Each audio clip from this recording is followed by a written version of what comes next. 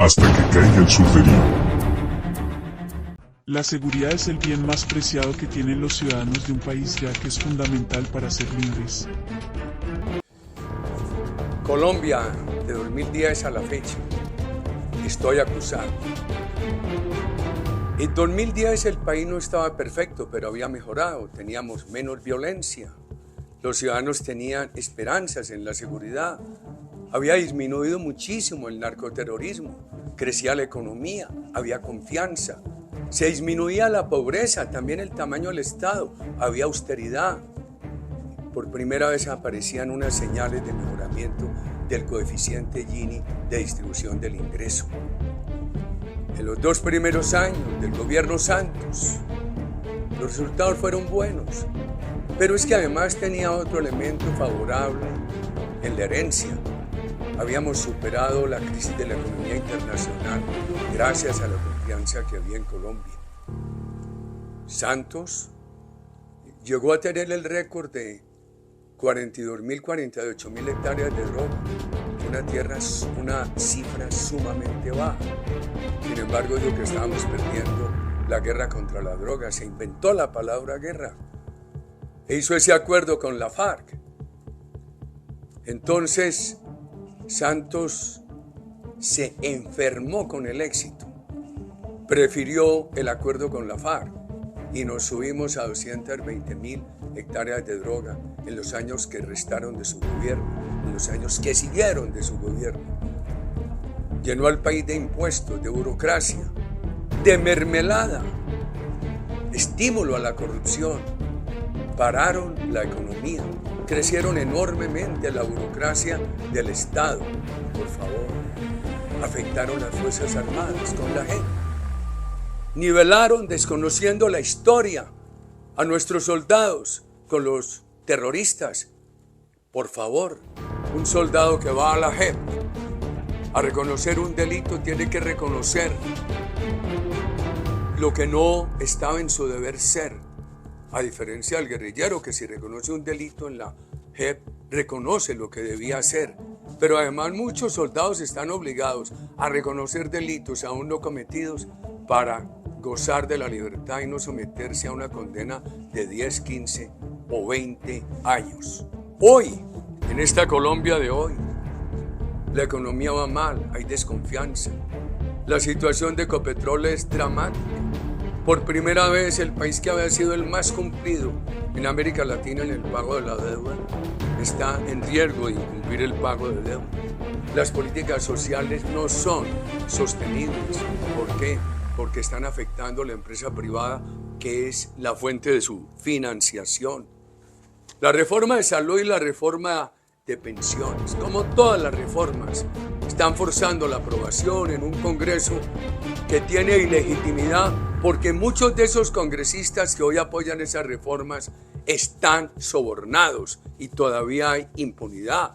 Ojalá una acción popular ordenara parar ese debate, porque al país no le pueden hacer el daño de aprobar unas reformas inconvenientes, sin consensos, a través del voto de congresistas sobornados.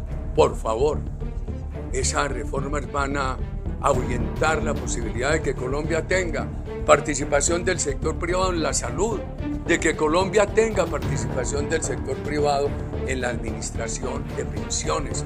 Nos van a llevar a que en el mediano plazo este país quede sin reservas para las pensiones. Y en la reforma laboral lo que hace es crear pánico a la posibilidad de tener nuevos empleos. Y damos orden. Los comerciantes en toda Colombia dicen nos están extorsionando. Los tenderos también. Los finqueros también. Esto ocurre en todas las regiones. Los venteros ambulantes también. Una extorsión generalizada. Y muchos ciudadanos dicen, hemos llamado al ejército, a la policía, y nos dicen que el gobierno no les permite acudir a sitios donde los ciudadanos piden el apoyo de las Fuerzas Armadas. Eso no es excepcional. Y el presidente amenaza con un nuevo estallido social si no le aprueban estas reformas a través de un Congreso con ilegitimidad por el soborno a muchos congresistas. Y esto va a coincidir con la parte de foros populares del ELN. Todos coinciden. El gobierno quejoso por las reformas. Esos diálogos de convocatoria popular del ELN. Las armas del ELN. El estallido social al que invita al presidente de la República. Y además la prohibición de que las Fuerzas Armadas actúen para frenar la violencia. Las Fuerzas Armadas de Colombia no han estado al servicio de caudillos, han estado al servicio de la Constitución. Nunca han sido beneficiarias de impunidad. Las Fuerzas Armadas de Colombia han sido profesionales. Lo que no entendió Santos, que las igualó con el narcoterrorismo en la JEP, asociándolas o comparándolas, igualándolas con ejércitos de otros países de la región que estuvieron al servicio de dictadores. Nuestras Fuerzas Armadas tienen un deber por encima de todo, que es la protección de la ciudadanía, la protección del Estado y de su elemento más importante, que es la ciudadanía. Nosotros no tenemos para protegernos sino la Constitución, la justicia y las Fuerzas Armadas. Evitemos esa convocatoria a la constituyente. Ahora con diferentes motivos. Un día por apreciaciones del gobierno, otro día invocando que la ordena el Acuerdo de La Habana, el acuerdo ilegítimo de La Habana, el Acuerdo de La Habana derrotado en el plebiscito. Entonces dicen que hay que convocar a una constituyente. Cualquiera sea la motivación para convocarla, no tiene sino un camino, que es cumplir con las reglamentaciones que trae la propia Constitución. A diferencia de la anterior, que no traía la figura de la constituyente, ni los techos de ahora, porque la Constitución actual no permite que los estados de excepción alteren los textos constitucionales. Ya tuvimos un mal ejemplo. Santos hizo todas las trampas y bajaron el umbral del plebiscito del 50 al 13%. Hay que llamar la atención sobre los colombianos para que pensemos los caminos para evitar esta violencia, para que las Fuerzas Armadas cumplan el deber constitucional de proteger a todos los ciudadanos de acuerdo con las normas constitucionales. Difíciles momentos, pero tenemos que enfrentarlos pensando y actuando.